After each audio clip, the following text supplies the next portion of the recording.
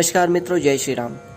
यूँ तो हर भक्त अपनी तपस्या के बल पे किसी न किसी देवी देवता से वरदान प्राप्त करते रहते हैं।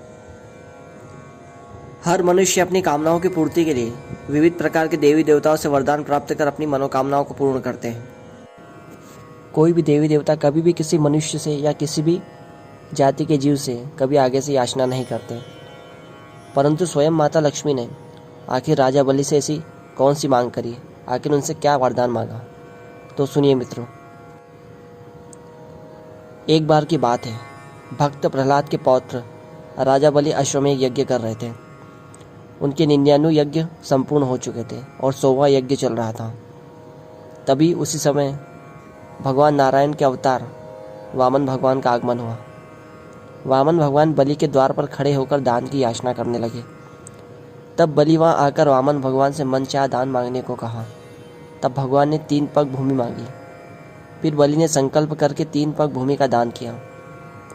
अब वामन भगवान ने तुरंत अपना रूप विराट कर लिया और पहले चरण में संपूर्ण नीचे के लोक, दूसरे चरण में संपूर्ण ऊपर के लोक, इस तरह से 2 पग में उन्होंने पूरे ब्रह्मांड को नाप लिया और बलि से तीसरे पग रखने की याचना करी। तब बलि ने सिर पर तीसरा पग रखने को कहा। तब वामन भगवान ने तीसरा पैर बलि के सिर पर रखा। भगवान बलि के इस भाव से प्रसन्न हो गए और बलि को आने वाले मनवंतर में इंद्र बनने का आशीर्वाद दिया। तब बलि ने कहा, प्रभु, अभी अभी मैंने आपको ये संपूर्ण सृष्टि दान की है और मैं दान की हुई वस्तु वापस नहीं ले सकता। हे प्रभु, अगर आप मुझे कुछ देना ही चाहते हैं तो मैं आप ही को मांगता हूँ। तब भगवान वामन ने बलि से कहा, ठीक है राजा, तुम अगले मनवंतर के आने तक सुतल लोक में वास करना और मैं तुम्हारा द्वारपाल बनकर नित्य तुम्हारे साथ रहूँगा। और भगवान वामन बलि को साथ लेकर सुतल लोक चले गए। अब नारद जी ने सारा वृत्तांत लक्ष्मी माता को सुना दिया। तब लक्ष्मी माता ने पूरी बात जानी। तब नारद जी ने कहा कि हे माता, भगवान नारायण सुतल लोक में राजा बलि के यहाँ पर द्वारपाल बन गए हैं।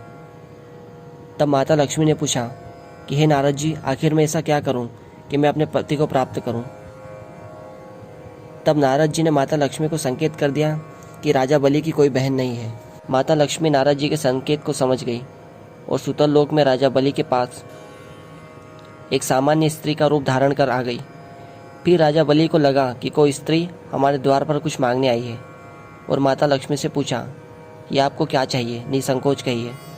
तब माता लक्ष्मी ने कहा कि मेरे कोई माता पिता नहीं है और ना ही कोई भाई है। मुझे भी अन्य स्त्रियों की तरह मायके जाने की इच्छा होती है, पर मैं कहाँ जाऊँ। और माता लक्ष्मी यह बात कहकर रोने लगी। तब बलि ने कहा कि बहन, तुम्हारा कोई भाई नहीं है और मेरी कोई बहन नहीं है, तो आज से हम दोनों भाई बहन। फिर माता लक्ष्मी ने बलि को रक्षा सूत्र बांधा और बलि ने अपनी बहन से कुछ मांगने को कहा। तब माता लक्ष्मी ने कहा, भैया, मेरे पास किसी बात की कमी नहीं है, बस तुम अपने द्वार पर खड़े इस द्वारपाल को मुक्त कर दो। तब राजा बलि ने माता लक्ष्मी से पूछा कि बहन, तुम इस द्वारपाल को मुक्त करने को क्यों कह रही हो, तुम्हारा इनसे क्या संबंध है। तब भगवान लक्ष्मी नारायण चतुर्भुज रूप में प्रकट हो गए। राजा बलि ने जब यह जाना कि उन्होंने जिसे अपनी बहन बनाए है वो साक्षात माता लक्ष्मी है, तब वो माता लक्ष्मी से क्षमा मांगने लगे। माता लक्ष्मी ने कहा कि इसमें आपका कोई अपराध नहीं है, यहाँ मैं अपने पति नारायण को वापस लेने आई थी। फिर माता लक्ष्मी भगवान नारायण को बलि से मुक्त करवाकर वैकुंठ ले गई।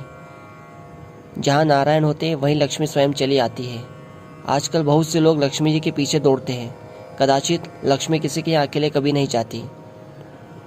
जो भगवान नारायण की भक्ति करते हैं, लक्ष्मी जी स्वयं उस घर में भी आ जाती है। जहाँ नारायण की सेवा होती है, लक्ष्मी बिना आमंत्रण ही वहाँ आ जाती है। जिस प्रकार बलि के घर नारायण विराजमान थे, तो माता लक्ष्मी स्वयं चलकर आ गई। बलि ने अपने जीवन में दान की प्रवृत्ति को अपनाकर बहुत सत्कर्म किए, इसलिए नारायण उनको प्राप्त हुए और नारायण के आते ही लक्ष्मी भी वहाँ स्वयं चली आई। इसलिए सत्कर्म, भोजन और संसार का सुख संतोष में ही रहना चाहिए।